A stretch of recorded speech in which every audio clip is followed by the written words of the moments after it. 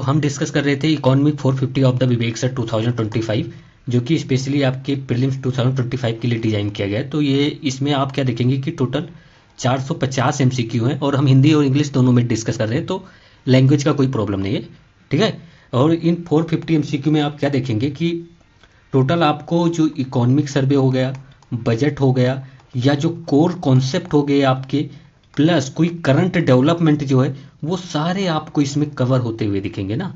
तो ये आपको मतलब टोटल इकोनॉमी रिवीजन के लिए बहुत इंपॉर्टेंट है। मैंने इसकी प्लेलिस्ट बना दी है, अब तक अराउंड 10 क्लासेस हो गई होंगी, ठीक है। तो 10 क्लासेस की प्लेलिस्ट बना दी है हमने। अराउंड 220 और 216 तक क्वेश्चन डिस्कस कर लिया था, तो उसके आगे अब चलते हैं।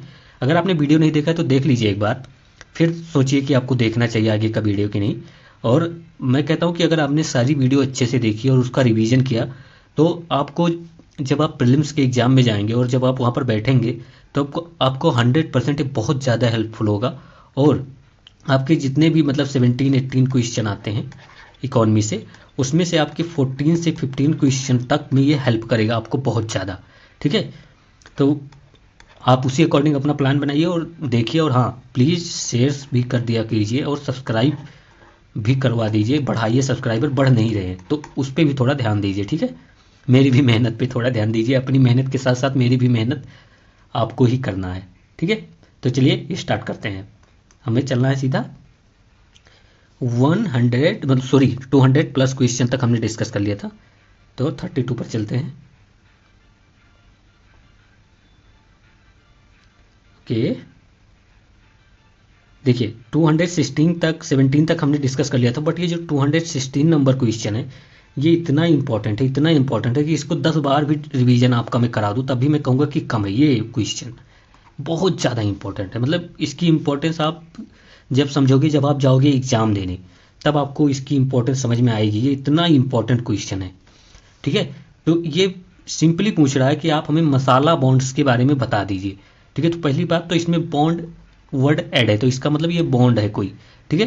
तो मसाला बॉन्ड के सिंपल टर्म में you have to understood that कि this is a bond issued by the Indian company, okay, issued by the Indian company to get money from the abroad. Abroad means from the non resident, from the non resident. So like ये from the US से, America, ठीक है। सो कोई Indian company अगर उसको बाहर से पैसा चाहिए, ठीक है, तो ये वो कौन सा बॉन्ड इशू करेगी? मसाला बॉन्ड इशू करेगी। और जब वो ये बॉन्ड जो होता है, आप इसमें एक बहुत इंपॉर्टेंट पॉइंट याद रखना कि इसमें जो मनी रेज किया जाएगा, जो मनी लोन में लाएगी कंपनी, वो तो उसका डिनोमिनेशन क्या होगा? फॉरेन करेंसी में होगा।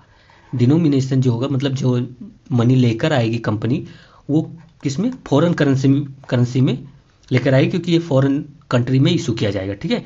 और रिपेमेंट भी किस में होगा? फॉरेन करेंसी में होगा। किस में होगा? फॉरेन करेंसी में होगा, ठीक है। तो मनी का रेज, जो मनी रेज करेगी कंपनी, वो भी फॉरेन करेंसी में होगा और रिपेमेंट भी किस में होगा? फॉरेन करेंसी में होगा, ठीक है। ये दोनों बात याद आ गई।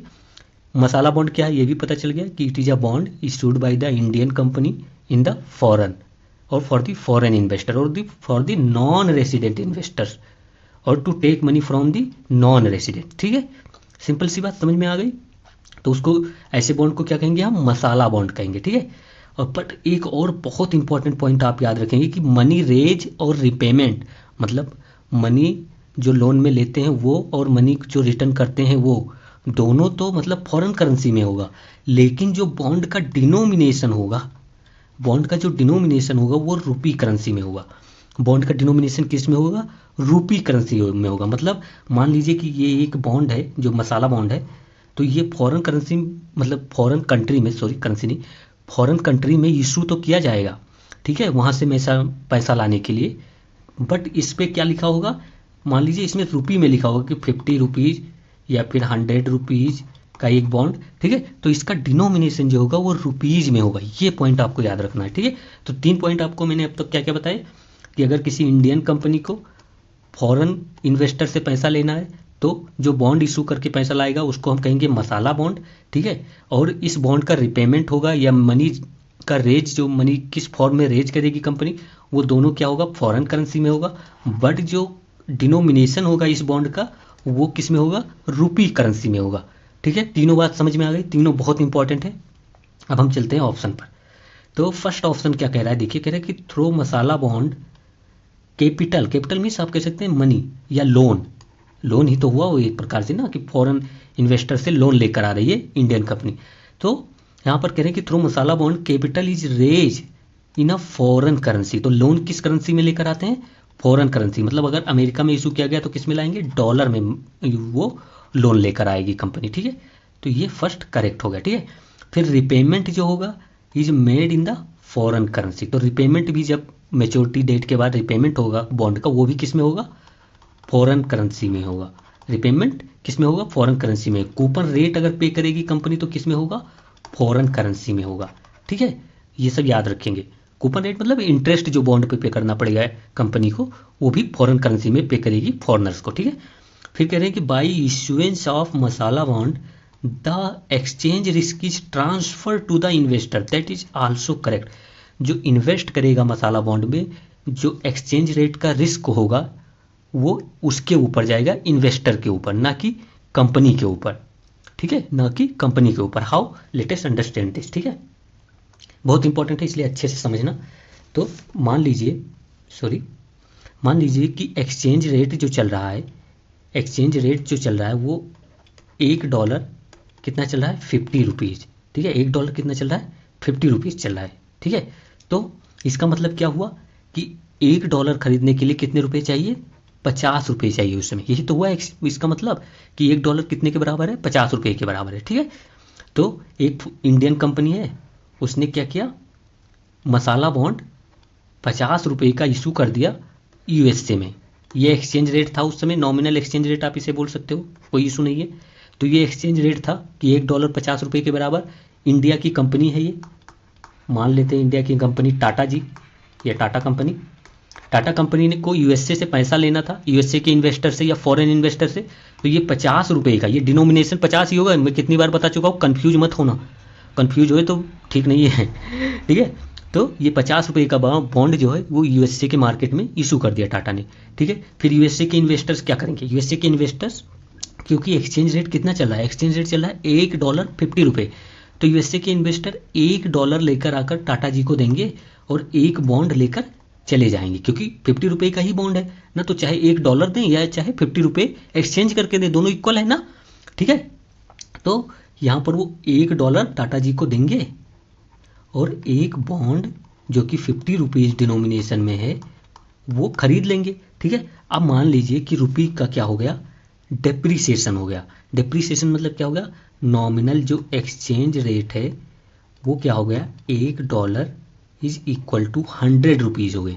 $1 कितना हो गया, 100 रुपीज़ हो गया। ठीक है, इसका मतलब कि अब हमें अगर $1 खरीदना है तो हमको चाहिए 100 रुपये लगेंगे $1 खरीदने के लिए। इसका मतलब क्या हुआ कि डॉलर जो है वो महंगा हो गया। ठीक है, इतना बात समझ में आ गई।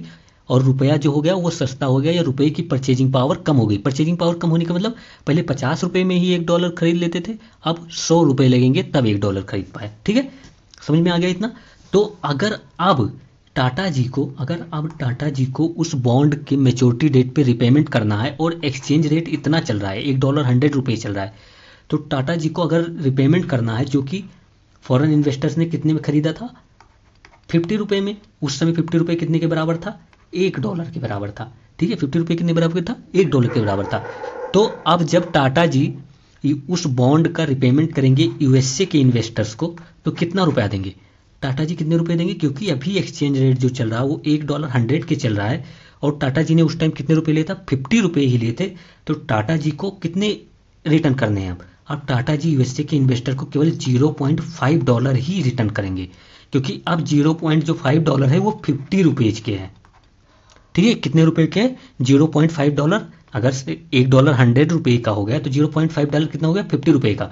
और रियल में टाटा जी ने कितने पैसे लिए थे, 50 रुपये ही लिए थे फॉरेन इन्वेस्टर से। ठीक है, तो यहां पर क्या हो गया कि फॉरेन इन्वेस्टर को लॉस हो गया, क्योंकि फॉरेन इन्वेस्टर्स ने दिया कितना था, $1 दिया था, और मिला कितना उसको प्रिंसिपल, वो मिला $0.5 या $0.5। तो यहां पर लॉस जो है, वो रिस्क जो है वो किस पे चला गया, फॉरेन इन्वेस्टर्स पे चला गया ना। तो एक्सचेंज रेट का जो रिस्क होगा, एक्सचेंज रेट मतलब $1.50 से जो $1.100 हो गया, इसका जो रिस्क होगा वो किस पे जाएगा, वो फॉरेन इन्वेस्टर पे जाएगा।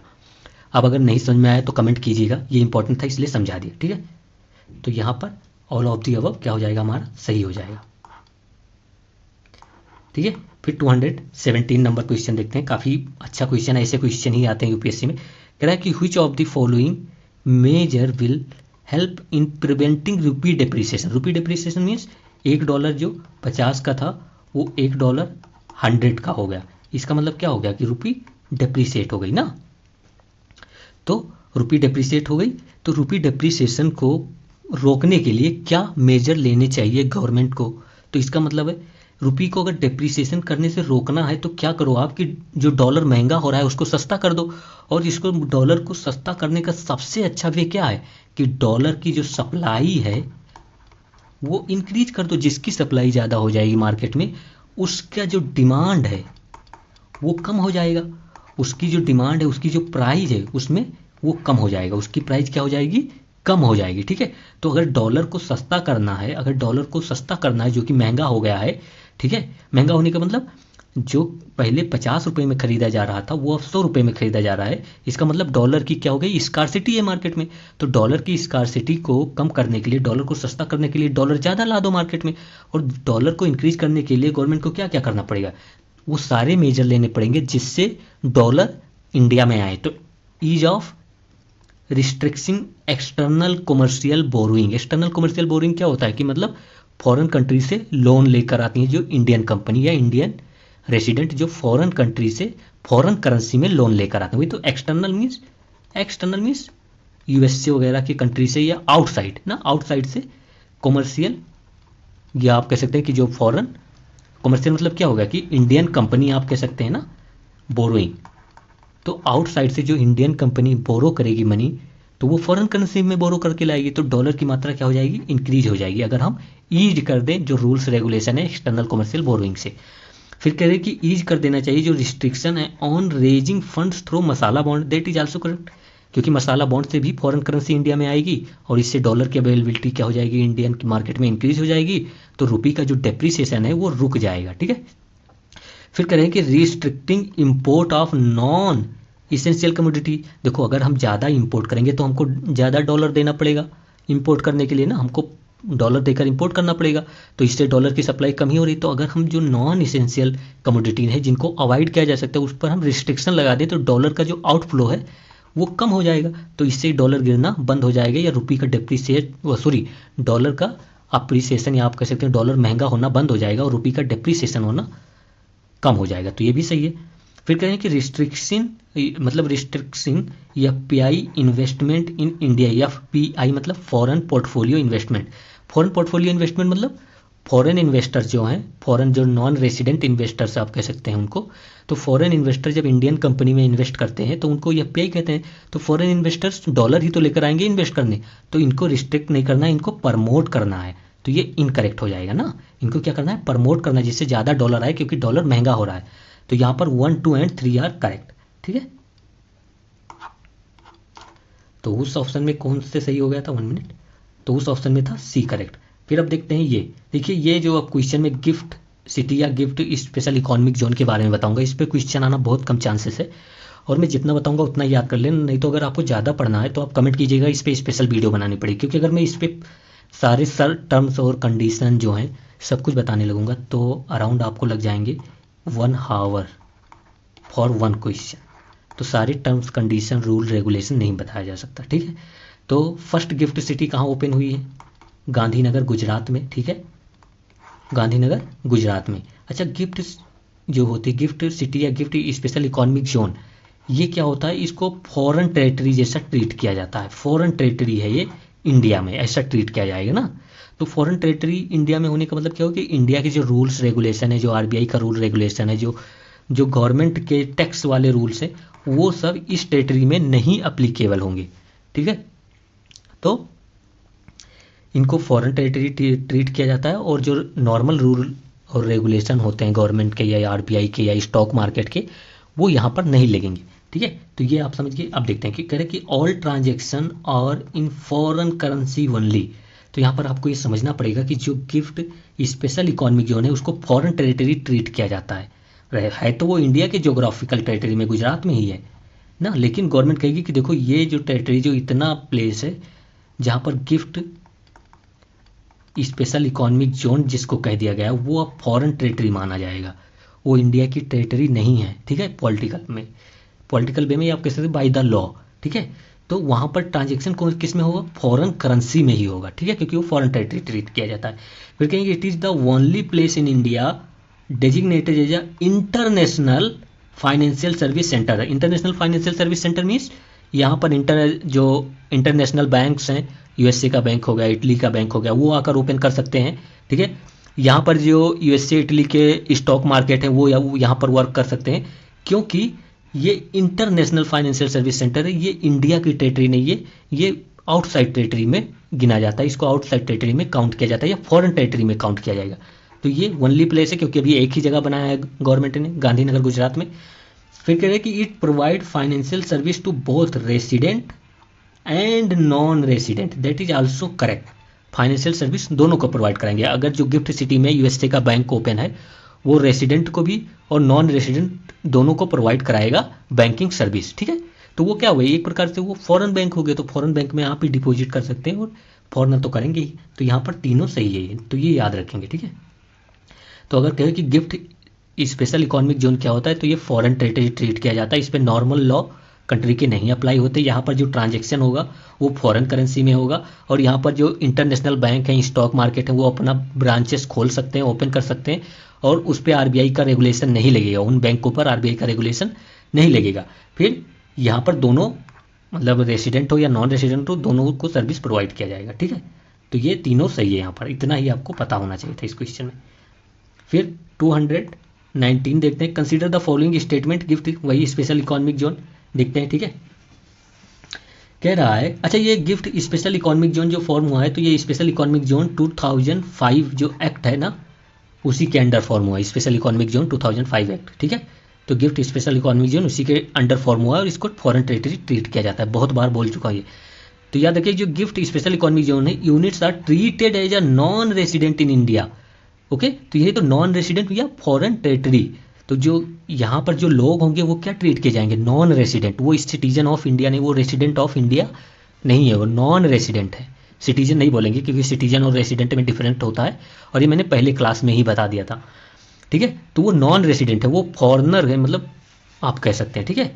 तो ये सही है। फिर 2 करें कि Indian companies can list their share on international exchange in gift city, ये गिफ्ट स्पेशल इकोनॉमिक जोन, बिल्कुल, क्योंकि इंटरनेट जो यूएसए का मान लीजिए फॉर एग्जांपल यूएसए का जो स्टॉक मार्केट है या यूएसए का जो रेगुलेटरी बोर्ड है, वो अपने branch gift special economic zone में ओपन कर सकता है। तो इंडिया की जो कंपनीज हैं अगर उनको यूएसए से पैसा लेना है तो केवल वो गुजरात में जाकर गिफ्ट स्पेशल इकोनॉमिक जोन में लिस्टिंग करा लें और वो पूरे यूएसए से पैसा ले सकते हैं, ठीक है।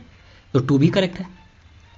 फिर कह रहे हैं कि ओवरसीज जो डायरेक्ट इन्वेस्टमेंट है, ओवरसीज डायरेक्ट इन्वेस्टमेंट मीन्स जो इंडिया के इन्वेस्टर्स होते हैं, जो इंडिया के रेसिडेंट होते हैं, जब वो फॉरेन कंपनी में इन्वेस्ट करते हैं तो उसको ओवरसीज डायरेक्ट इन्वेस्टमेंट कहते हैं, मतलब just opposite to FDI, foreign direct investment, ठीक है। तो कह रहे हैं कि rules will be applicable on Indian entity investing in GIFT special economic zone, बिल्कुल एप्लीकेबल होगा, ठीक है। जितने भी रूल ओडीआई पर लगते हैं जब वो यूएसए में इन्वेस्ट करने जाते हैं, यूएसए की कंपनी में इन्वेस्ट करने जाते हैं इंडियन रेसिडेंट, उतने सारे रूल्स अप्लाई होंगे जब वो गिफ्ट स्पेशल इकोनॉमिक जोन में इन्वेस्ट करने जाएंगे, क्योंकि वो फॉरेन टेरिटरी गवर्नमेंट के द्वारा रूल के अंडर बता दी गई है, लॉ के अंडर डिक्लेयर कर दी गया है, ठीक है। तो 1 2 3 all of the over correct यहाँ पर भी। फिर नेक्स्ट देखते हैं 220 क्वेश्चन। फिर मसाला बॉन्ड के बारे में पूछा गया है, ठीक है। पूछा है consider the following statement regarding masala bond, ठीक है। मसाला बॉन्ड मैंने बताया था कि जब किसी इंडियन कंपनी को या इंडियन रेसिडेंट को फॉरेन या नॉन रेसिडेंट से पैसा लेकर आना होता है तो जो बॉन्ड इशू करके पैसा लाते हैं उसको मसाला बॉन्ड कहते हैं, ठीक है। तो अगर कोई इंडियन कंपनी यूएसए में बॉन्ड इशू करती है, यूएसए में बॉन्ड इशू करती है पैसा लोन लेने के लिए, ठीक है, तो उसको हम कहेंगे मसाला बॉन्ड। बट एक कंडीशन क्या होनी चाहिए कि उस बॉन्ड का डिनोमिनेशन जो होना चाहिए वो रुपी में होना चाहिए, मसाला से रुपी याद रखिए ना, इंडिया मसाला के लिए फेमस है, ठीक है, स्पाइसेस कहते हैं।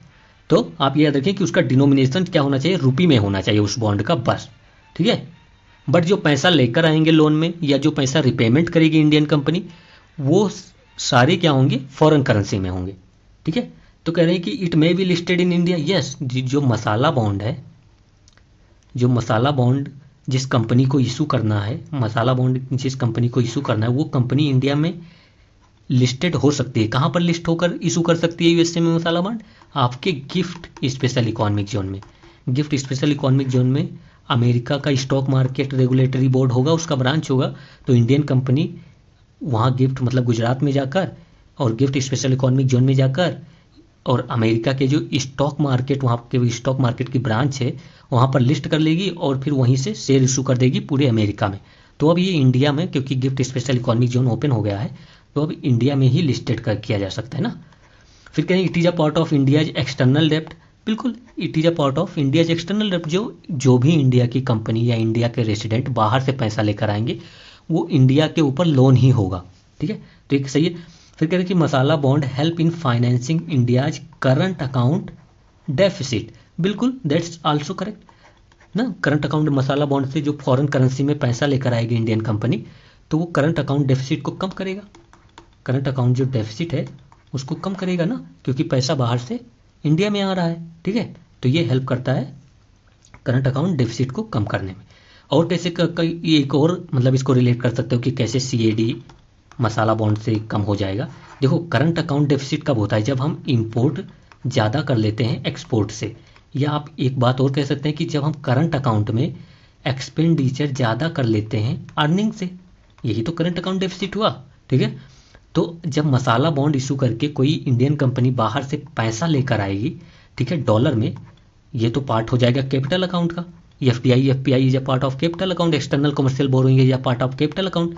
लेकिन अगर करंट अकाउंट में डेफिसिट है तो कैपिटल अकाउंट की जो मनी होगी वो करंट अकाउंट में ट्रांसफर होती है। या फिर आप कह सकते हैं कि जब ये मसाला बॉन्ड इशू करके कोई इंडियन कंपनी बाहर से पैसा लेकर आएगी, तो इसका मतलब वो इन्वेस्ट करेगी कंपनी में, कंपनी ग्रो करेगी। फिर कंपनी जब ग्रो करेगी तो एक्सपोर्ट क्या हो जाएगा, इंक्रीज हो जाएगा। और एक्सपोर्ट जब इंक्रीज होगा तो करंट अकाउंट डेफिसिट क्या हो जाएगा, कम हो जाएगा। ठीक है, तो दोनों वे में आप समझ सकते हैं यहाँ पर। तो डी इज करेक्ट। अब नेक्स्ट देखते हैं 221 नंबर क्वेश्चन। बहुत ही अच्छा क्वेश्चन है ये। Correct, consider the following statements regarding strategic disinvestment of public sector units. ठीक है, या आप कह सकते हैं कि पब्लिक सेक्टर जो इंटिटीज है या पब्लिक सेक्टर जो बॉडी है। ठीक है, तो स्ट्रेटेजिक डिसइन्वेस्टमेंट मतलब क्या होता है कि जो पब्लिक सेक्टर है या जो गवर्नमेंट कंपनीज है उसके 50% या उससे ज़्यादा परसेंटेज ऑफ शेयर को सेल कर देना। जब गवर्नमेंट जो है वो किसी गवर्नमेंट कंपनी के 50% या मोर देन 50% शेयर को सेल कर देती है, तो उसको हम कहते हैं स्ट्रेटेजिक डिसइन्वेस्टमेंट। या इसको एक और बात क्या कह सकते हो कि प्राइवेटाइजेशन हो गया। ठीक है, तो ये केवल नया टर्म है, प्राइवेटाइजेशन को ओवरलेप करता है पूरी तरीके से ना। तो स्ट्रेटेजिक डिसइन्वेस्टमेंट मतलब क्या होता है, प्राइवेटाइजेशन ऑफ इंडियन या गवर्नमेंट या पब्लिक सेक्टर कंपनी। ठीक है, तो प्राइवेटाइजेशन कब होता है, जब उसके 50% से ज़्यादा शेयर गवर्नमेंट सेल कर देती है। फिर सेकंड कह रहा है कि management control must be transfer to the strategic partner. बिल्कुल, जो प्राइवेट पर्सन गवर्नमेंट कंपनी के शेयर को बाय करेगा 50% से ज़्यादा, तो वो रेगुलेट भी करेगा, मैनेजमेंट कंट्रोल भी करेगा, बोर्ड ऑफ डायरेक्टर में बैठेगा भी, डिसीजन मेकिंग भी करेगा, क्योंकि अब वो ओनर है गवर्नमेंट के साथ साथ। अब वो प्राइवेट कंपनी या प्राइवेट इंडिविजुअल भी ओनर है उस कंपनी का, उस पब्लिक सेक्टर कंपनी का जिसका शेयर गवर्नमेंट ने सेल कर दिया। ठीक है, फिर कहें कि अदर पीएसयूज जो पब्लिक सेक्टर यूनिट है can bid in the strategic disinvestment process. अब ये कैसे पॉसिबल है, मतलब अगर गवर्नमेंट को डिसइन्वेस्टमेंट करना है, गवर्नमेंट को पब्लिक सेक्टर जो यूनिट्स हैं उनके शेयर को सेल करना है, तो अगर जब अदर पीएसयू जो other public sector company other public sector जो यूनिट है वही बाय कर लेंगे, तो फिर ये डिसइन्वेस्टमेंट कैसे हुआ, फिर वो तो गवर्नमेंट के पास ही शेयर चला गया ना। तो ये नहीं पॉसिबल है। जो अदर पब्लिक सेक्टर यूनिट्स हैं वो इस बिडिंग प्रोसेस में नहीं पार्टिसिपेट कर सकते, क्योंकि इसमें गवर्नमेंट क्या कर रही है, प्राइवेटाइज कर रही है, तो केवल प्राइवेट पर्सन पार्ट लेंगे। ठीक है, तो 1 and 2 are only correct in this.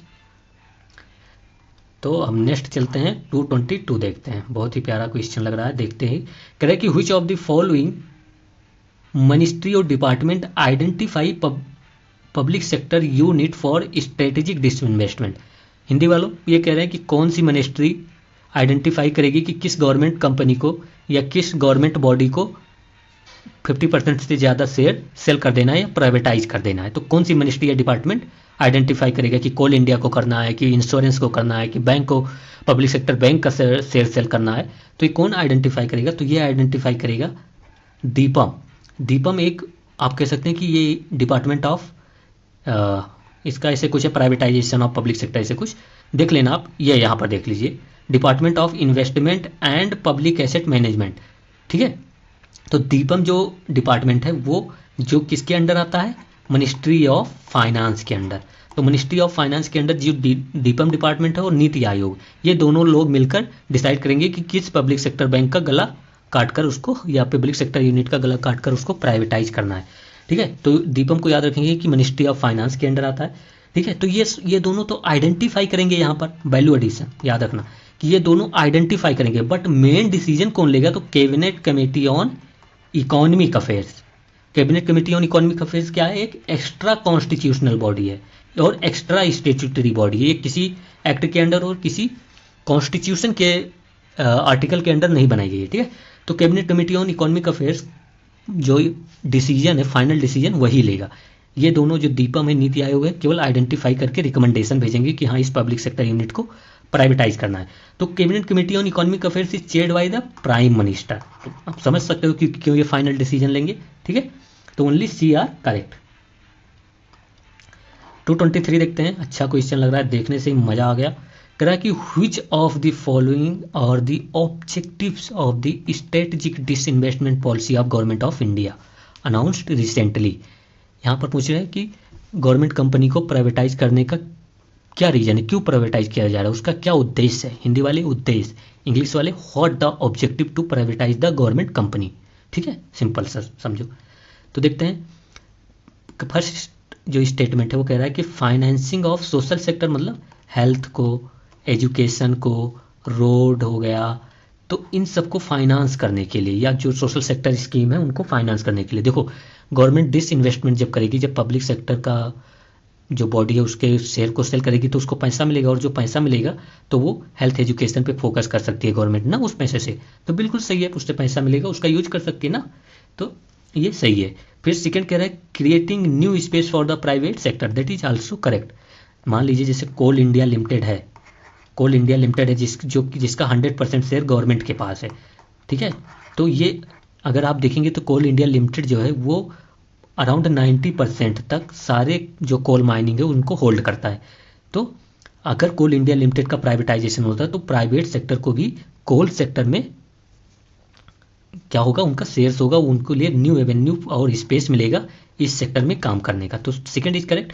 फिर कह रहे हैं कि पोस्ट डिस इन्वेस्टमेंट क्या होता है, जो पीएसयूज होते हैं, जो पब्लिक सेक्टर यूनिट होते हैं, वो बहुत ज़्यादा इकोनॉमिक ग्रोथ में कंट्रीब्यूट करते हैं ना, जिससे, और वो क्या होता है कि वो प्राइवेट कैपिटल भी और टेक्नोलॉजी भी डेवलप करते हैं। तो ये भी सही है ना। जैसे देखो ये तो बहुत ही मतलब कहा जाता है ना कि जो पब्लिक सेक्टर यूनिट होते हैं, जो पब्लिक सेक्टर बैंक हो गए या कोई भी हो गया, ये बहुत ज़्यादा आइडल होते हैं, बहुत ही मतलब इनमें एरोगेंस होता है ना, इनकी सर्विस भी अच्छी नहीं होती। अभी पब्लिक सेक्टर बैंक में चले जाओ तो वो तुम्हारी बात नहीं सुनेंगे, लंबी लंबी लाइन लगी रहेगी, 10 घंटे का लंच लेंगे, लंच से तो केवल एक ही बैंक का याद आता है। ठीक है, तो वो लोग बिल्कुल भी कस्टमर सेटिस्फेक्शन जो है सिटीजन के ऊपर फोकस नहीं करते। वही जब प्राइवेट बैंक में जाओ तो कितने अच्छे से वो बात करते हैं ना। तो ये भी एक रीज़न है। ठीक है, गवर्नमेंट जो कंपनीज को सेल कर रही है अपने। तो 1 2 3 ऑल आर करेक्ट। ठीक है, अब नेक्स्ट चलते हैं। 224 क्या कह रहा है, देखिए बहुत ही प्यारा क्वेश्चन, देखने से ही लग गया, पता नहीं क्यों देखने से ही लग रहा है कि कितना अच्छा क्वेश्चन है। कह रहे हैं कि which of the following will be included in the balance of payment of India. अब देखिए बीओपी, बैलेंस ऑफ पेमेंट को मैंने बहुत अच्छे से डिस्कस किया था। अगर आपने नहीं देखा है तो जाकर देखिएगा, उस पर मैंने मतलब पूरा चार्ट लगा के भी डिस्कस किया था ना। तो बैलेंस ऑफ पेमेंट क्या होता है पहले ये समझ लेते हैं कि it record the transaction between the citizen, नहीं रेसिडेंट, यहीं पर याद कर लीजिए इसी स्टेटमेंट से, resident of a country and the rest of the world. So balance of payment is the monetary or record of transaction between the resident of a country like India and the rest of the world, this is called the balance of payment. ठीक है, समझ में आ गया। तो between the resident और non resident जितने भी transaction होते हैं वो बैलेंस ऑफ पेमेंट के पार्ट हैं। ठीक है, तो ये हो गया। फिर सेकेंड स्टेटमेंट कह रहा है कि factor income of Indian resident from abroad, यही तो पूछा है कि बैलेंस ऑफ पेमेंट के कौन कौन से पार्ट होंगे। तो देखिए फैक्टर इनकम जो होती है, फैक्टर इनकम मतलब लैंड, लेबर, कैपिटल, लैंड हो गया, लेबर्स हो गया, कैपिटल हो गया, इंटरप्रेन्योर्स हो गया, इन सब से जो इनकम जनरेट होगी वो किसके पार्ट होते हैं, करंट अकाउंट के पार्ट होते हैं ना, करंट अकाउंट के वो पार्ट होते हैं। ठीक है, factor income is a part of current account. तो ये सब करंट अकाउंट किसका पार्ट होता है, बैलेंस ऑफ पेमेंट का पार्ट होता है ना। बैलेंस ऑफ पेमेंट के दो पार्ट होते हैं ना, करंट अकाउंट हो गया एक और एक हो गया कैपिटल अकाउंट। ठीक है, करंट अकाउंट के तीन पार्ट फिर से हम डिवाइड कर देते हैं, कौन कौन से, trade, trade in the goods and services is a part of current account. फिर फैक्टर इनकम, फैक्टर इनकम यही जो मतलब मान लीजिए फैक्टर इनकम क्या है, जो लैंड से, लेबर, कैपिटल, इनसे जो पैसा आता है वो फैक्टर इनकम के पार्ट होते हैं। जैसे मान लीजिए कि इंडियन रेसिडेंट ने, जो इंडिया का रेसिडेंट है उसने किसी यूएसए की कंपनी में इन्वेस्ट कर रखा है पैसा। ठीक है, तो उस जो इन्वेस्ट कर रखा है तो उसको कुछ इंटरेस्ट भी मिलेगा, उसको क्या ही मिलेगा, इंटरेस्ट मिलेगा या डिविडेंड मिलेगा। शेयर है तो डिविडेंड मिलेगा और बॉन्ड है तो इंटरेस्ट मिलेगा। तो ये जो इंटरेस्ट है, ये जो डिविडेंड है, it is called the factor income. ठीक है, ये किसका पार्ट होगा, ये फैक्टर इनकम का पार्ट होगा। ठीक है, इंटरेस्ट और डिविडेंड, क्योंकि जो बॉन्ड और शेयर जो होता है वो, बॉन्ड शेयर क्या होते हैं, bonds and shares are a part of capital, they call the capital या कैपिटल अकाउंट। बॉन्ड्स और शेयर में इन्वेस्टमेंट क्या किसके पार्ट होते हैं, कैपिटल अकाउंट के पार्ट होते हैं।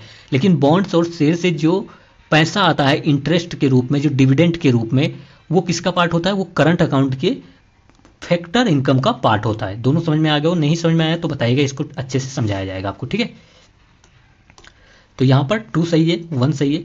फिर कह रहे हैं कि gift received by a family in India from NRI son, non resident, non resident मतलब नॉन रेसिडेंट सन से इंडियन फैमिली जो कि रेसिडेंट पैसा रिसीव कर रही है, गिफ्ट रिसीव कर रही है, तो ये किसका पार्ट होगा, करंट अकाउंट का पार्ट होगा। और करंट अकाउंट किसका पार्ट होता है, बैलेंस ऑफ पेमेंट का पार्ट होता है। तो ये भी सही है ना। तो ये सॉरी फर्स्ट छोड़ के, क्योंकि फर्स्ट में सिटीजन नहीं क्या होगा, रेसिडेंट होगा, मैंने पहले ही बता दिया था। ठीक है, तो 2 and 3 are correct in this. अगर बैलेंस ऑफ पेमेंट के बारे में आपको बिल्कुल नहीं आइडिया तो आपको थोड़ा मतलब फिर से देखना चाहिए वो मेरे लास्ट वीडियो, उसमें मैंने बहुत ही अच्छे से डिस्कस कर दिया था। ठीक है, तो बैलेंस ऑफ पेमेंट की अगर मैं एक शॉर्ट में बात करूं तो बैलेंस ऑफ पेमेंट जो होता है उसके 2 पार्ट होते हैं, एक होता है कैपिटल अकाउंट और एक क्या होता है, करंट अकाउंट।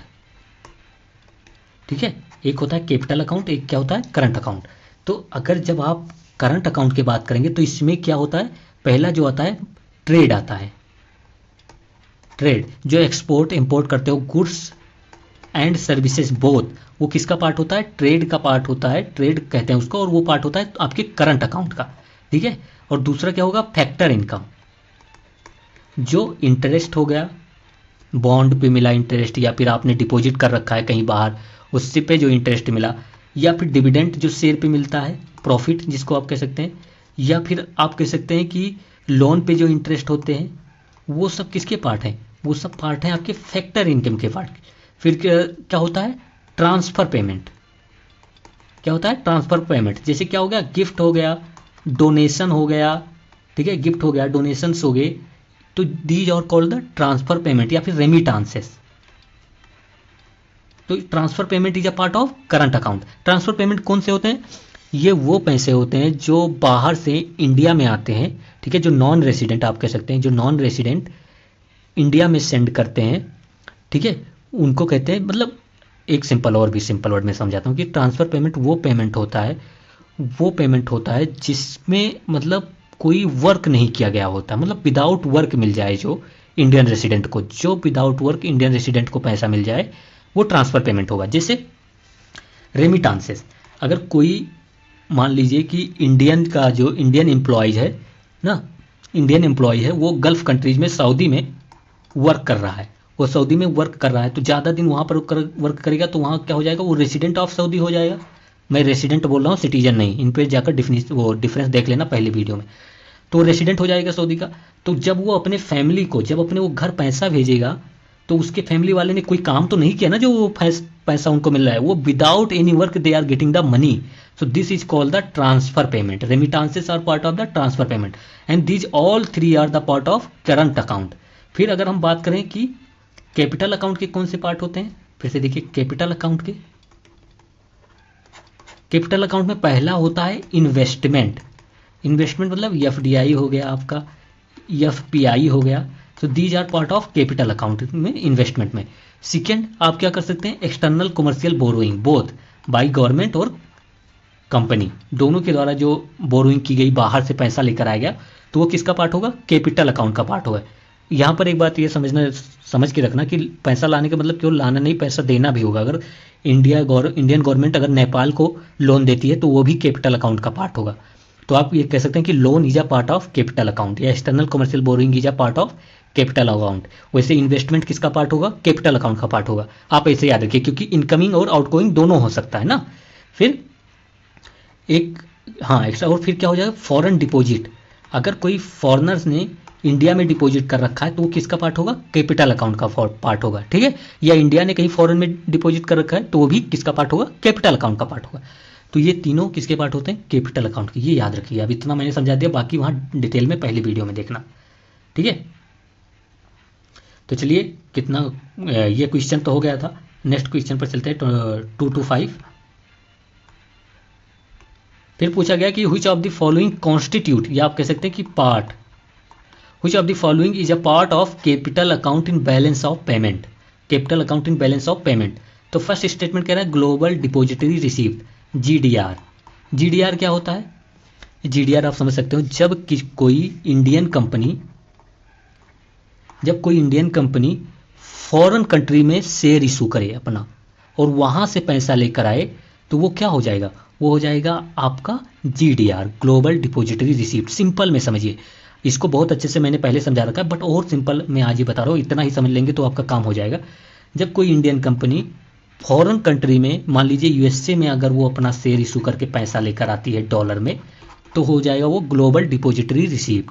और ये शेयर इशू हो रहा है यहाँ पर। शेयर इशू होने का मतलब क्या होगा कि इंडियन कंपनी का शेयर्स जो है वो यूएसए का रेसिडेंट अब होल्ड करेगा। इसका ये क्या पार्ट हो गया, इन्वेस्टमेंट का पार्ट हो गया ये ना। It is a part of investment, Indian company getting the investment from the abroad, ठीक है। तो investment is a part of capital account, तो ये first is correct. NRI deposit, ये मैंने बताया था ना, नॉन रेसिडेंट डिपॉजिट या foreign deposit is a part of capital account.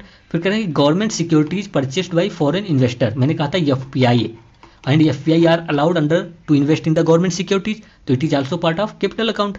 फिर कह रहे हैं securities purchased by foreign portfolio investors, that is also part of capital account. अगर कोई फॉरेन इन्वेस्टर इंडियन कंपनी के सिक्योरिटीज को या शेयर को या स्टॉक को या बॉन्ड को परचेस करता है तो एफपीआई वो भी कैपिटल अकाउंट का पार्ट होता है ना। तो यहाँ पर चारों क्या है, आपके कैपिटल अकाउंट के पार्ट हो जाएंगे, ठीक है। तो याद रखेंगे आप, ठीक है। अब नेक्स्ट पर चलते हैं भाई, चलिए। अच्छा एक बात और याद रखिए कि कैपिटल अकाउंट को एक सिंपल टर्म में और भी याद रख सकते हैं, अभी याद आया तो बता देता हूँ। कैपिटल अकाउंट क्या होता है, ये वो अकाउंट होता है जिससे एसेट एंड लायबिलिटी पर इफेक्ट जाता है। अगर कोई कंपनी फॉरेन से पैसा लेकर आती है, कोई कंपनी यूएसए से मान लीजिए फॉर एग्जांपल पैसा लेकर आती है, तो इस कंपनी की लायबिलिटी बढ़ जाएगी क्योंकि इस कंपनी को रिटर्न भी करना पड़ेगा यूएसए को, ठीक है। तो एसेट और लायबिलिटी में अगर चेंज आता है तो वो कैपिटल अकाउंट का पार्ट होगा, ये आप याद रखेंगे। फिर 2 to 6 देखते हैं, बहुत अच्छा क्वेश्चन लग रहा है। कह रहा है कि consider the following statements regarding global depository receipt. Same thing जो मैंने बताया था वही याद रखेंगे। तो फर्स्ट कह रहा है कि it is a form of equity investment, equity मतलब share investment in listed Indian companies, बिल्कुल सही बात है ना, शेयर्स में इन्वेस्ट कर रहे हैं इंडियन कंपनी के, तो यही हुआ ना ग्लोबल डिपॉजिटरी रिसीप्ट। यहाँ पर इन्होंने पूरा नहीं लिखा कि फॉरेन में कर रहे हैं या फॉरेनर्स कर रहे हैं, बट और भी ऑप्शन देख लेते हैं, ये तो अभी सही लग रहा है।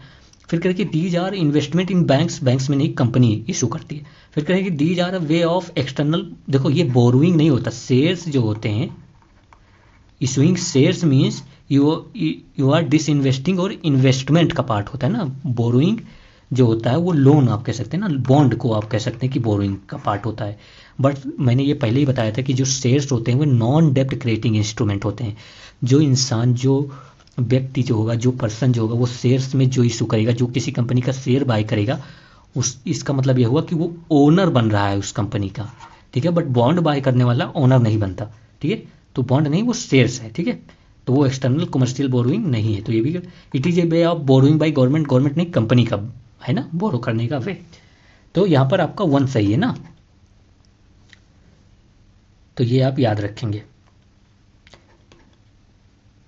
तो अब आगे चलते हैं 227। अगर नहीं समझ में आएगा होगा तो बताओ, वैसे मैंने GDR बहुत डिटेल में समझा रखा है, बट नहीं समझ में आएगा तो बताइएगा, तो फिर से डिस्कस कर लेंगे, ठीक है। घर की मुर्गी दाल बराबर। 227 देखते हैं, कह रहा है which of the following are part of capital account transaction, मतलब कैपिटल अकाउंट का पार्ट कौन है बैलेंस ऑफ पेमेंट में।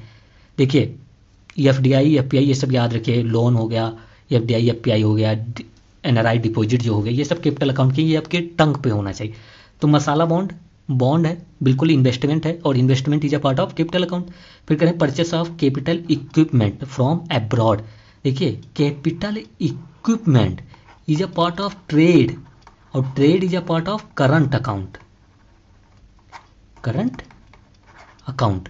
तो ट्रेड मतलब trade in the goods and services, तो कैपिटल क्या है, गुड्स है, ये एक गुड्स है, कैपिटल गुड्स है, तो it is a part of current account, not a capital account, ठीक है। फिर तो ये इनकरेक्ट हो जाएगा। फिर कह रहे हैं कि NRI deposit in Indian banks, NRI deposit is a part of capital account, it is true, it is a part of capital account. तो 1 एंड 3 इज करेक्ट, ठीक है। नेक्स्ट चलते हैं, देखते हैं।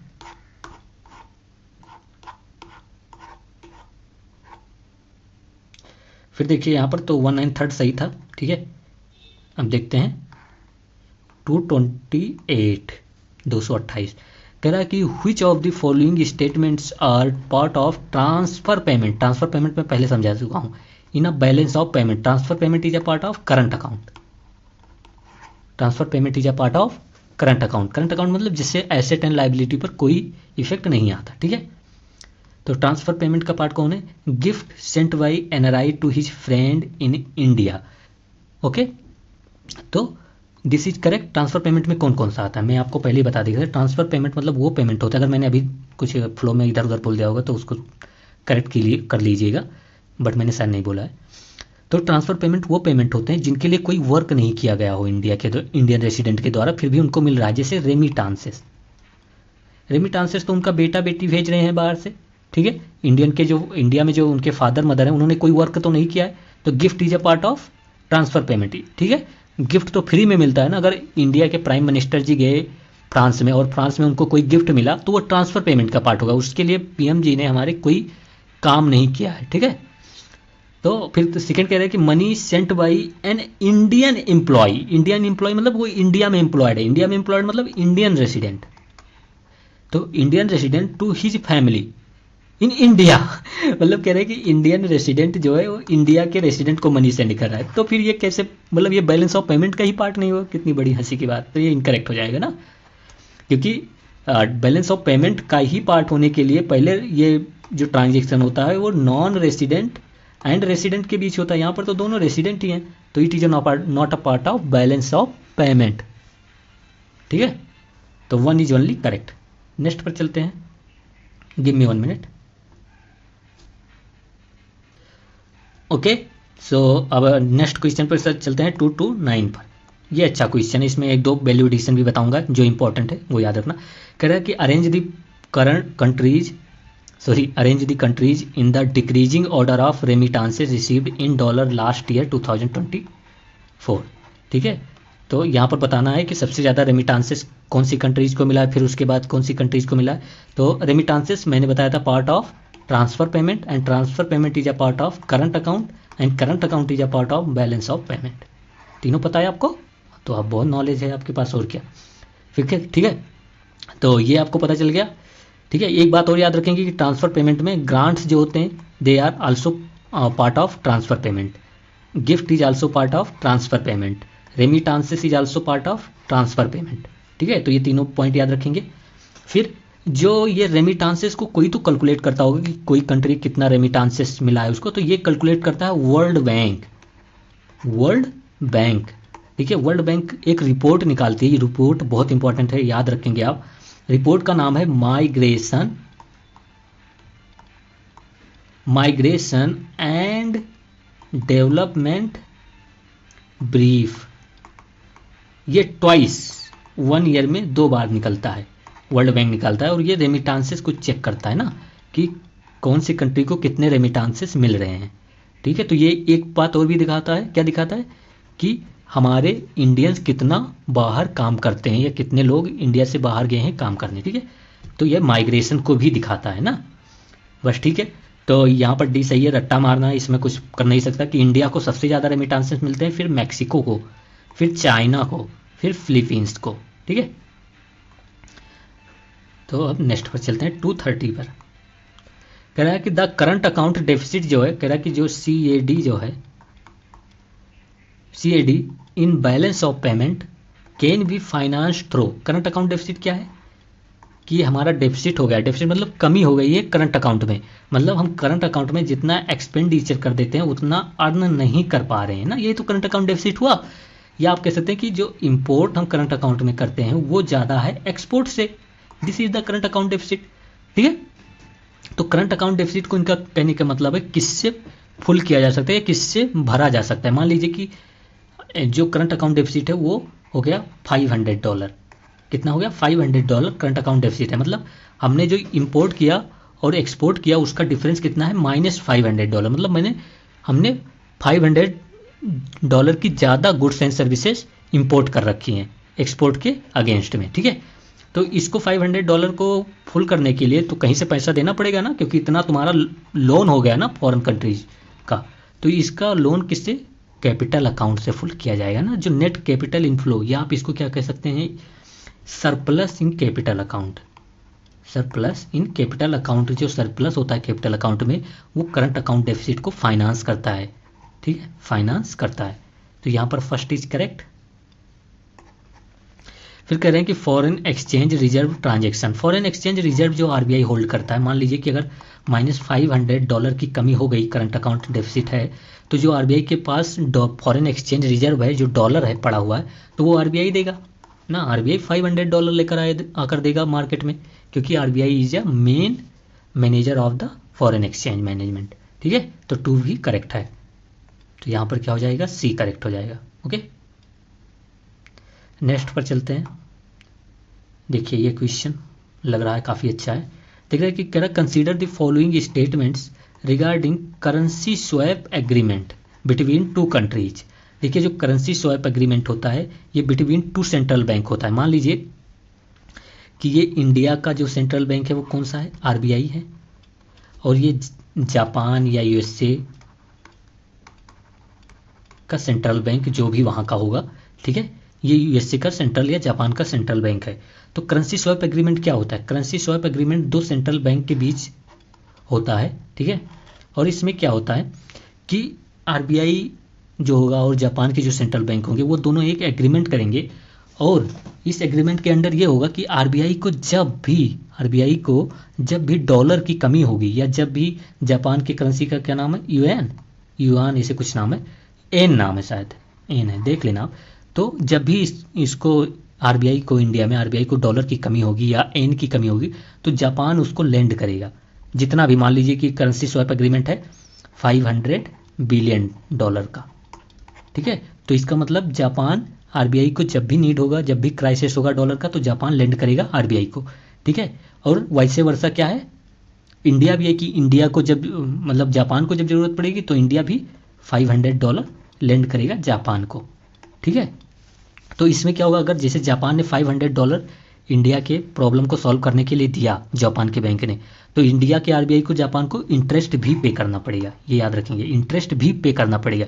या फिर एक वे और है कि जापान क्या करे, इसके अगेंस्ट में जो $500 दिया है तो इंटरेस्ट ना लेकर, या जापान एक काम और क्या कर सकता है कि जापान ये करे कि $500 के जो इक्वल रुपीज़ है उतना ले ले, ठीक है, उतना ले ले जापान। तो ये हो गया करेंसी स्वैप एग्रीमेंट, ठीक है। तो ये हो गया आपका करेंसी स्वैप एग्रीमेंट। और जापान ने अगर उसके इक्विवेलेंट रुपीज़ लिया है तो जापान को भी इंटरेस्ट पे करना पड़ेगा इंडियन आरबीआई को या आरबीआई को, ठीक है। समझ में आ गया। तो this is the currency swap agreement. थोड़ा भी समझ में आया तो आपका काम हो जाएगा, इतना ही पूछेगा। उसमें पूछ सकते हैं कि इस पर कोई इंटरेस्ट पे नहीं करेगा, यूपीएससी से पूछेगा तो नहीं, इंटरेस्ट पे करना पड़ेगा क्योंकि एक प्रकार का लोन ही है ना। तो ये आप याद रखेंगे, ठीक है। तो कह रहा है फर्स्ट स्टेटमेंट कह रहा है कि the currency can exchange there on currency, sorry the countries जो है can exchange there on currency और थर्ड करेंसी दोनों से। मैंने कहा था कि एन जो जापान की करेंसी है उसमें भी एक्सचेंज हो सकता है इंडिया की रुपीज करेंसी से, या फिर डॉलर का भी यूज कर सकते हैं दोनों कंट्री। जिस पे भी एग्रीमेंट होगा वो करेंगे, ठीक है। तो फर्स्ट इज करेक्ट।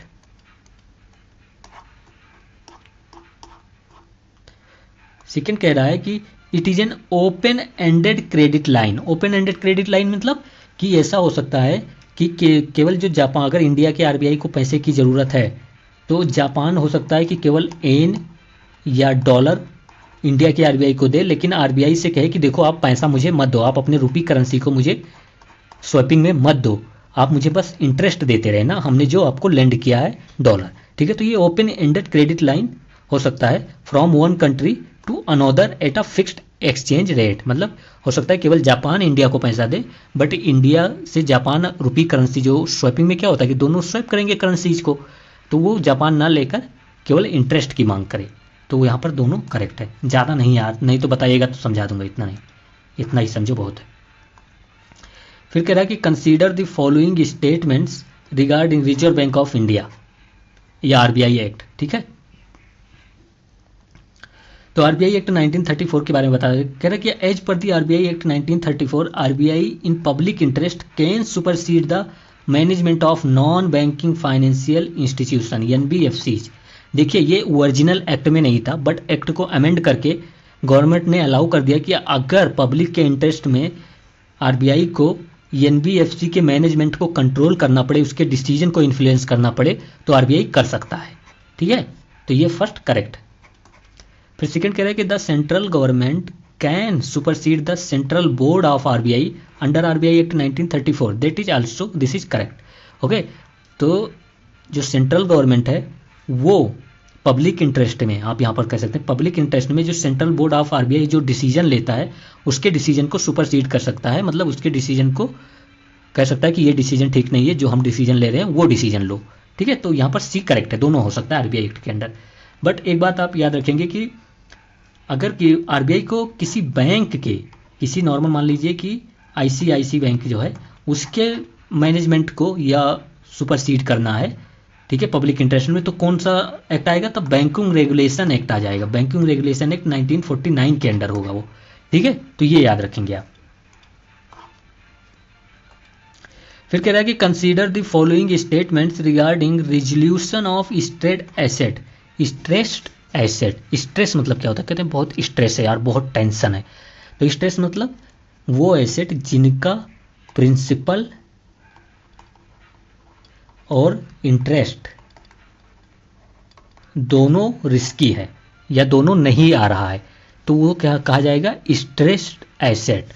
या आप कह सकते हैं उनको, एसेट मतलब क्या होता है? लोन। अगर बैंक के टर्म में देखें तो बैंक का एसेट क्या होता है? लोन होता है। तो ये आप कह सकते हैं वो लोन जिसका प्रिंसिपल और इंटरेस्ट आने के चांसेस कम है, that will be called the stressed asset, ठीक है। तो स्ट्रेस्ड एसेट के क्या क्या पार्ट होते हैं? पहला हो गया non performing asset NPA, second हो गया रीस्ट्रक्चर्ड लोन। रीस्ट्रक्चर्ड लोन भी स्ट्रेस्ड एसेट का पार्ट होता है। फिर थर्ड क्या हो जाएगा आपका? Return of loan. Return of loan मतलब क्या होता है कि वो लोन जिसको बैंक ने पूरा खत्म कर दिया, उसने मतलब हार मान लिया कि देखो भाई मैं मान गया कि तुम मतलब पैसा तो नहीं रिटर्न करने वाले, तुम लोन नहीं रिटर्न करने वाले हो, रिटर्न में यहाँ पर बोला मतलब वापस नहीं करने वाले हो, तो इससे अच्छा है कि मैं इसको अपने बुक से ख़त्म कर दूँ, ठीक है, इससे अपने बुक से ख़त्म कर देता हूँ। बट एक बात याद रखना कि जो लोन रिटर्न ऑफ है वो सिर्फ बैंक का एक मतलब प्रोसीजर है जिससे बैंक की जो लाइबिलिटी है वो कम दिखे, ठीक है, बैंक की जो एनपीए है वो कम दिखे, जो स्ट्रेस्ड एसेट है वो कम दिखे। रिटर्न ऑफ का मतलब ये नहीं होता कि बैंक पूरा कंप्लीटली उस लेंडर को जिसको पैसा दिया है, जिसको लोन दिया है, उसको माफ़ कर देगा कि तुमसे हम पैसा नहीं लेंगे।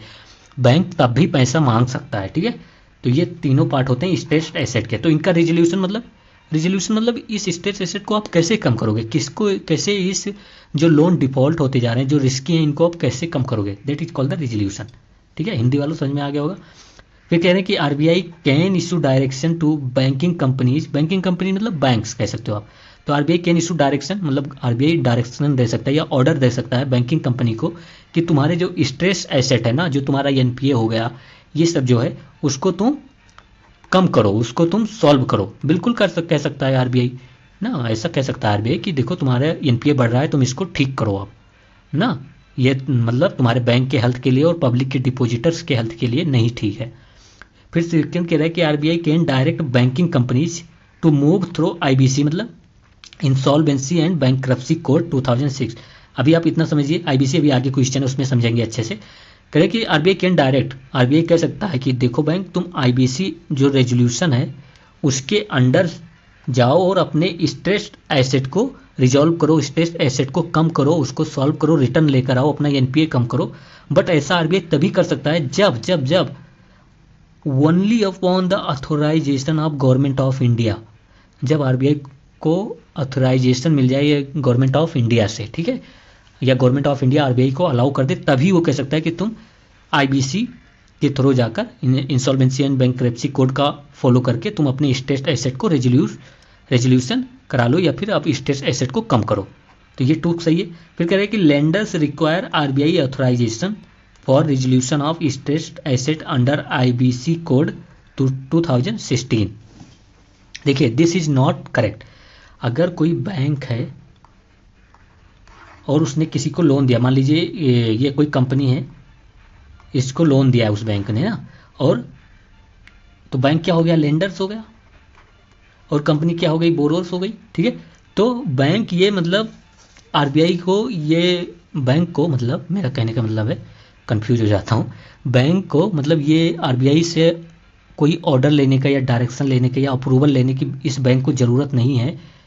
अपने जो लोन दिया है इस बैंक ने उस कंपनी को, उसको सॉल्व करने के लिए, उस एसेट को रिकवर करने के लिए ये बैंक अब खुद ब खुद आईबीसी के अंडर क्या कर सकता है, इस कंपनी को कि मतलब इस कंपनी ने जो लोन ले रखा है उसको वापस करने की बात कर सकता है आईबीसी के अंडर। आईबीसी मतलब इंसॉल्वेंसी एंड बैंक्रप्सी कोड। ठीक है, अभी इसके बारे में समझेंगे। तो यहाँ पर आरबीआई का अप्रूवल या ऑथोराइजेशन जो है वो नहीं ज़रूरत है, बैंक वो खुद विदाउट ऑथोराइजेशन जा सकता है। ठीक है, तो 1 and 2 आर करेक्ट। इसमें कोई कॉन्सेप्ट नहीं है ना एक्चुअली कि मैं आपको बता दूं, इसमें मोस्टली क्या होता है कि आपको रट्टा ही मारना है ये। ठीक है, तो ये आप रट्टा मारिए, उसमें कॉन्सेप्ट नहीं है। 234 कह रहे हैं कि which of the following statements are true regarding the insolvency and bankruptcy code 2006। देखिए इंसॉल्वेंसी एंड बैंक्रप्सी कोड का मतलब होता क्या है। मान लीजिए कि ये, अब मैं अच्छे से समझाता हूँ थोड़ा, अगर समझ में आया तो ठीक है, नहीं तो छोड़ देना, कोई बात नहीं। ये मान लीजिए बैंक है एसबीआई, ठीक है, और ये मान लीजिए कि टाटा कंपनी है। वैसे टाटा कंपनी ये करेगी नहीं, बट और टाटा को नहीं लेते, बहुत अच्छी कंपनी, किसी और कंपनी को उठाते हैं। सीधा मान लीजिए कि ABC ये कोई कंपनी है, ठीक है, और बैंक ने लोन दे रखा है ABC कंपनी को। बट ABC कंपनी में क्या हो गया कि ABC कंपनी इंसॉल्वेंट हो गई। इंसॉल्वेंट मतलब उसकी लाइबिलिटी ज़्यादा हो गई और एसेट उसका कम है। मतलब ये क्या हुआ कि लोन रिटर्न करने के वो काबिल नहीं रही, या फिर क्या हो गई, कंपनी बैंकरप्ट हो गई। देखिए बैंकरप्ट और इंसॉल्वेंसी में फ़र्क होता है। इंसॉल्वेंसी का मतलब वो ये क्या होता है, ये टेम्पोरेरी है, मतलब टेम्पोरेरी टाइम तक वो जो कंपनी है वो बैंक का लोन जो प्रिंसिपल्स है और इंटरेस्ट है वो नहीं पे कर पा रही, क्योंकि उसकी बैंक की वो सॉरी जो कंपनी है उसकी लाइबिलिटी ज़्यादा हो गई उसकी एसेट से। ठीक है, और इस कारण से उसको कोई लोन भी नहीं दे रहा है, और इसी रीजन से वो जो पहले एसबीआई से लोन ले रखी थी ABC कंपनी, वो उसको रिटर्न नहीं कर पा रही। ठीक है, बट बैंकरप्सी क्या होता है, ये परमानेंट होता है। परमानेंट मतलब ये एक जुडिशियल, आप कह सकते हैं जुडिशियल या रेगुलेटर डिसीजन होता है। बैंकरप्सी का मतलब क्या होता है कि कोई जब जुडिशरी या कोर्ट हो गया या कोई रेगुलेटरी बॉडी हो गई, स्टेचुटरी बॉडी हो गई, जब वो इस कंपनी को कह दे कि देखो तुम अब बैंकरप्ट हो चुके हो, मतलब अब तुम इस लोन को कभी वापस नहीं कर सकते, अब केवल एक ही सॉल्यूशन है कि तुम अपनी कंपनी को बेच दो, और जो तुम्हारे क्रेडिटर्स हैं, क्रेडिटर्स मतलब बैंक, क्रेडिटर्स या आप कह सकते हैं लेंडर्स, ये क्या है, बैंक। तो कोर्ट कहेगा कि ये अपना कंपनी बेच के इस लेंडर्स को पैसा दे दो, ठीक है। या फिर सीधा क्या हो जाएगा कि बैंक खुद उस कंपनी का लिक्विडेशन कराकर पैसा ले लेगा, अपना लोन वापस कर लेगा, ठीक है। तो वो बैंक्रप्सी हो गई, मतलब कोर्ट ने अलाउ कर दिया। बट इंसॉल्वेंसी में क्या हो सकता है, इंसॉल्वेंसी में ऐसा हो सकता है कि बैंक कहे कि देखो यार तुम्हारी कंपनी की एसेट की कमी हो गई, लायबिलिटी ज़्यादा हो गई है, इसका मतलब तुम्हारी कंपनी ना ग्रो कर रही है ना कुछ, तो एक काम करो तुम अपनी कंपनी को, मैं तुम्हें टाइम देता हूँ, तुम अपनी कंपनी को ग्रो करो और मेरा लोन वापस कर दो, तुम्हें मैं 2 मंथ का और टाइम दे देता हूँ। तो इंसॉल्वेंसी टेम्पोररी होती है जिसमें बैंक को चांस होता है कि कुछ टाइम बाद उसका लोन वापस आ जाएगा। बट बैंक्रप्सी में क्या होता है कि अब इस कंपनी को बेचने पर ही वापस आएगा, ठीक है। क्यों, तो ये होता है डिफरेंस, ठीक है। अब हम देखते हैं, तो फर्स्ट स्टेटमेंट कह रहा है कि committee of creditors, committee of creditors मतलब ये जो एबीसी कंपनी थी, इसको कई लोगों ने लोन दिया होगा, हो सकता है कि बैंक ने लोन दिया हो, कई बैंकों ने मिलकर लोन दिया हो, कई बैंक से लोन ले रखा हो एबीसी ने, एनबीएफसी ने भी लोन दिया हो इंफ्रास्ट्रक्चर प्रोजेक्ट के लिए। तो ये सब क्रेडिटर्स हैं इस कंपनी के, एबीसी कंपनी के क्रेडिटर्स कौन से, ये एनबीएफसी है, बैंक्स है। तो जो कमेटी, मतलब जब इंसॉल्वेंसी और बैंक्रप्सी कोड में जब किसी कंपनी को मतलब लाया जाता है या किसी कंपनी पर इम्पोज होता है, तो कमेटी ऑफ क्रेडिटर फॉर्म्स होती है ना, कि मान लीजिए कि ये कंपनी है, ये मान लीजिए ये कंपनी है और ये कंपनी बैंकक्रप्ट हो चुकी है, सीधा बैंकक्रप्ट मानते हैं, कंपनी बैंकक्रप्ट हो चुकी है। तो अब इसके एसेट को लिक्विडेशन करके, इसको एसेट को सेल करके जितने लोगों ने लोन दे रखा है एबीसी कंपनी को, उन सबका लोन रिटर्न करना है। तो उस सबका लोन रिटर्न करने के लिए मतलब जितने भी क्रेडिटर्स हैं उन सबको एक साथ आना पड़ेगा और डिसीजन लेना पड़ेगा कि कैसे एसेट को सेल करें, उस कंपनी को कैसे उस कंपनी को सेल करें जिससे कि सबका लोन रिटर्न आ जाए, ठीक है। तो वो एक कमेटी बनाएंगे और फिर वो डिसीजन लेंगे। तो ये consist of financial creditor, financial creditors only means bank हो गए, एनबीएफसी हो गए, ये सब फाइनेंशियल क्रेडिटर्स हैं। तो दिस इज करेक्ट, ठीक है। तो कमेटी ऑफ क्रेडिटर्स कौन लोग होते हैं, उसमें फाइनेंशियल क्रेडिटर्स ही होते हैं, तो ये करेक्ट है। फिर कह रहे हैं कि जो ऑपरेशनल क्रेडिटर्स, ऑपरेशनल क्रेडिटर्स मतलब किसी भी कंपनी के 2 क्रेडिटर्स होते हैं, एक होता है फाइनेंशियल क्रेडिटर्स मतलब बैंक एनबीएफसी ने जो लोन दे रखा है, एक और क्रेडिटर्स होते हैं जो ऑपरेशनल्स होते हैं। मान लीजिए कि ये कोई सॉफ्टवेयर कंपनी है, जो एबीसी कंपनी थी वो कोई सॉफ्टवेयर कंपनी है, तो उसको कि कोई कंपनी सॉफ्टवेयर प्रोवाइड करा रही होगी, उस कंपनी का किसी कंपनी से कॉन्ट्रैक्ट होगा, ठीक है। तो ये सब लोग भी तो लॉस में जा रहे हैं, जो सॉफ्टवेयर प्रोवाइड किया था वो भी लॉस में जाएगा, जिस कंपनी के साथ उसका कॉन्ट्रैक्ट था वो अदर कंपनी जो है वो भी लॉस में जाएगी क्योंकि कॉन्ट्रैक्ट फुलफिल नहीं हुआ। तो ये सब ऑपरेशनल क्रेडिटर्स हैं, तो इनका लॉस भी फुलफिल होना चाहिए अगर लिक्विडेशन हो रहा है कंपनी का ना, तो ये कहते हैं ऑपरेशनल क्रेडिटर्स, ठीक है। तो याद रखना कि they are not a part of committee of creditors, ठीक है। तो ये आप याद रखेंगे इसमें। तो यहाँ पर क्या हो जाएगा, ओनली 1 आर करेक्ट। फिर कहते हैं कि जो ऑपरेशनल क्रेडिटर्स होते हैं वो do not share the resolution proceed, मतलब ऑपरेशनल क्रेडिटर्स को उनका रिटर्न नहीं मिलेगा, बिल्कुल मिलेगा, क्यों नहीं मिलेगा, उनको भी अपना रिटर्न वापस मिलेगा, तो ये इनकरेक्ट हो जाएगा। फिर कहें कि नेशनल कंपनी लॉ ट्रिब्यूनल जो है will decide the distribution of proceed, नहीं ये नहीं डिसाइड करेंगे, ये जो कमेटी ऑफ क्रेडिटर्स बनेगी वो डिसाइड करेगी कि जो पैसा लिक्विडेशन से आया है, जो पैसा सेल करने से आया है, वो फाइनेंशियल मतलब बैंक एनबीएफसी और ऑपरेशनल मतलब कॉन्ट्रैक्टर सप्लायर्स इनके बीच कैसे डिस्ट्रीब्यूट होगा।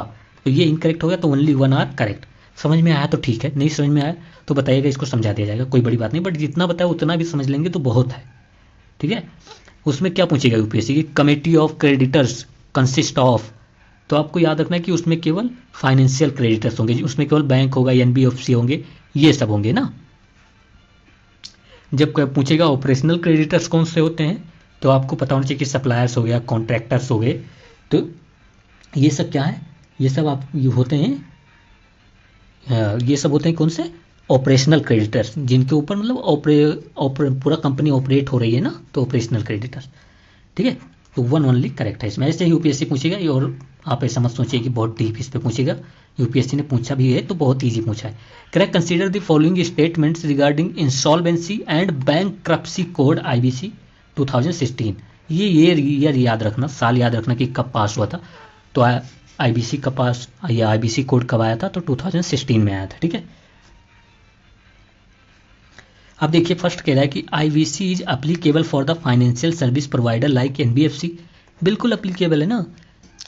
एनबीएफसी ने अगर लोन दिया है किसी कंपनी को तो वो भी आईबीसी के थ्रू अपना रिजोल्यूशन करा सकते हैं, लिक्विडेशन के लिए जा सकते हैं ना, कोर्ट में जाकर कह सकते हैं कि इसको बैंकरप्ट डिक्लेयर कर दो और हमारा जो लोन है वो वापस करिए, तो हो सकता है। फिर कह रहे हैं कि central government has the authority to decide which type of financial service provider will be included in the resolution under IBC. बिल्कुल सेंट्रल गवर्नमेंट के पास फुल पावर है कि किस फाइनेंशियल सर्विस प्रोवाइडर, मतलब बैंक हो गया, एनबीएफसी हो गए, ये सब फाइनेंशियल सर्विस प्रोवाइडर ही तो हैं, ठीक है। तो कौन कौन से इसके आईबीसी के पार्ट होंगे या आईबीसी के रेजोल्यूशन में इंक्लूड किए जाएंगे वो सेंट्रल गवर्नमेंट डिसाइड करेगा। तो ये सेंट्रल गवर्नमेंट, फिर से समझिए, ये सेंट्रल गवर्नमेंट के पास फुल पावर होती है कि ये डिसाइड करे कि आईबीसी के अंडर कौन से क्रेडिटर्स जा सकते हैं अपने लोन को वापस लेने के लिए, या लोन को जो लोन एसेट है उसको रिकवर करने के लिए, सिंपल सी बात, ठीक है। फिर कह रहे कि IBC has not been made applicable for insolvency of banks, that is also correct. ये फैक्ट है, आप याद रखेंगे, ठीक है।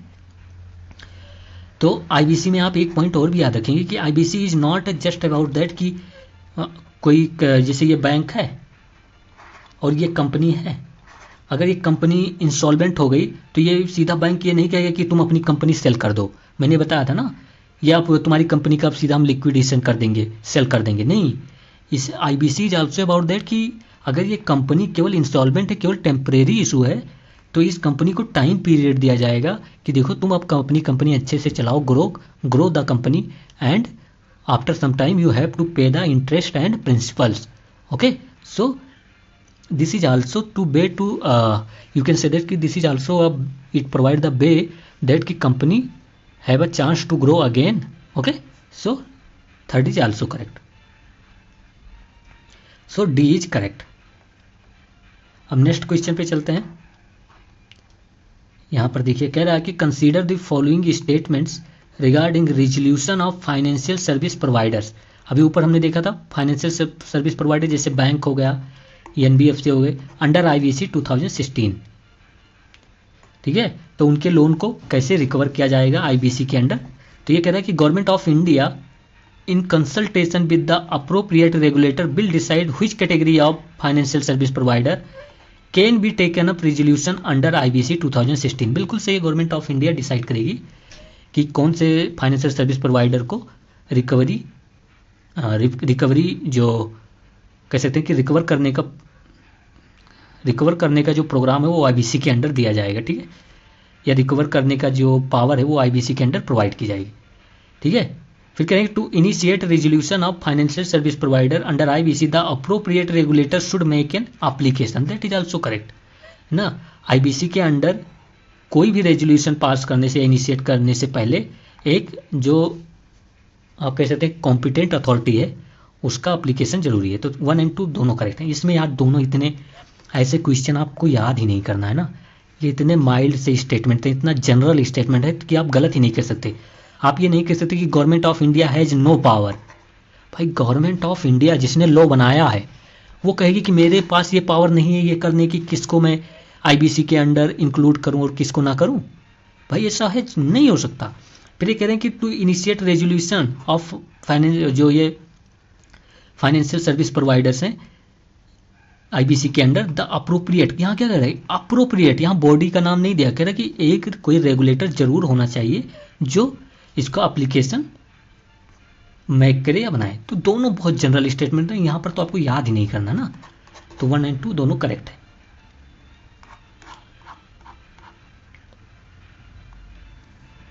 तो सी इज करेक्ट। फिर देखते हैं कह रहा है कि who can not bid for company put up for sale under new insolvency and bankruptcy code 2016। इनका कहने का मतलब है कि जब कोई कंपनी बैंकरप्ट हो गई है और उसका बिडिंग हो रही है कि कौन खरीदेगा, कौन ज़्यादा पैसा देगा जिससे सभी क्रेडिटर्स के लोन वापस हो जाएं, तो कौन इसमें पार्टिसिपेट नहीं कर सकता बिडिंग में। तो ये बहुत जनरल स्टेटमेंट है, मतलब इसको बहुत जनरली एक जो विलफुल डिफ़ॉल्टर है, जो पहले से मतलब कई बैंकों के पैसे नहीं वापस किया हुआ है, कई फाइनेंशियल सर्विस प्रोवाइडर के पैसे नहीं वापस किया है, वो कैसे मतलब इसमें पार्टिसिपेट कर सकता है, उसको नहीं पार्टिसिपेट करने देगी गवर्नमेंट ना।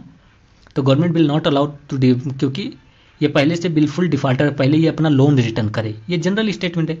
फिर प्रमोटर्स ऑफ द कंपनी, देखिए जो कंपनी को प्रमोट कर रहे थे वो तो पार्टिसिपेट कर ही सकते हैं ना, दे कैन पार्टिसिपेट ना। तो promoters of the company can participate in the bidding and they can even buy the whole company, ठीक है। तो प्रमोटर्स के पास कोई नहीं मतलब रिस्ट्रिक्शन है, विलफुल डिफॉल्टर के रिस्ट्रिक्शन है, वो नहीं बिडिंग में कर सकते, वो ले सकते हैं, पार्ट ले सकते हैं, लेकिन उससे पहले वो जो डिफॉल्ट किए हैं लोन को उसको इंटरेस्ट के साथ, पीनल इंटरेस्ट के साथ वापस कर दें फिर लें, ठीक है। तो ये आपको समझ में आ गया होगा। 238 देखते हैं।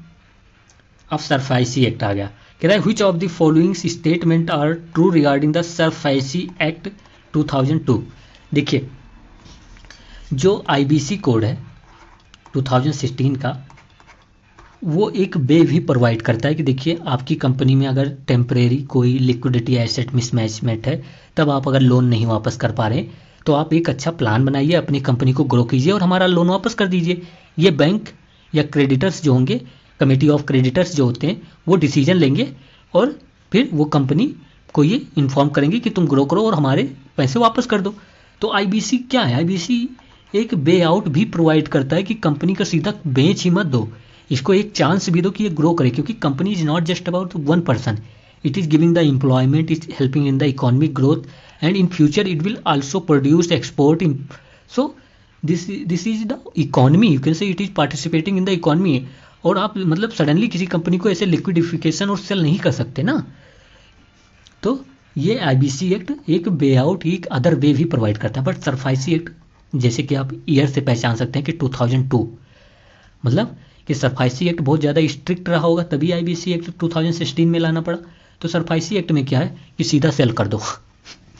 सरफाइसी एक्ट ये कहता है कि जैसे अगर कोई कंपनी जो है, कोई कंपनी अगर नहीं वो रिटर्न कर पा रही है पैसा, तो सरफाइसी के एक्ट के अंडर बैंक उस कंपनी का सीधा लिक्विडेशन कर देगा, सीधा सेल कर देगा, ठीक है।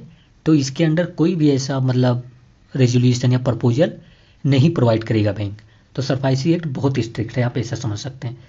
तो कह रहा है कि it is applicable to bank and NBFC both, दोनों पर एप्लीकेबल है। बैंक भी सरफाइसी एक्ट का यूज करके किसी कंपनी को सीधा मतलब उसके, देखिए एक बात और मैं बताता हूँ सरफाइसी एक्ट के बारे में।